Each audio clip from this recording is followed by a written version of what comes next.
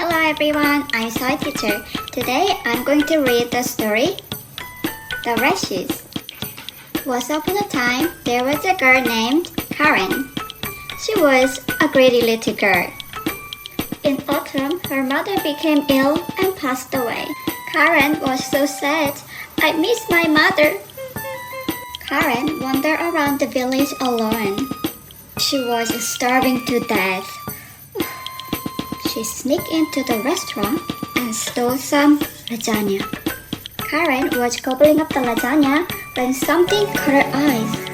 A girl who was passing Karen was wearing a pair of sparkling red shoes. Karen couldn't take her eyes off the shoes. A kind old lady saw this and adopted Karen. Poor thing, I will take care of you from now on. On the birthday, the old lady gave Karen some money to buy a new pair of black shoes. But Karen bought the red shoes that she had been dreaming of. Karen liked her new shoes so much that she wore them to church and even to a funeral. People thought it was quite not right. This is disrespectful. Never do that again, please, the old lady said. Karen didn't listen. I will wear what I want. The next day, Karen wore the red shoes again to church.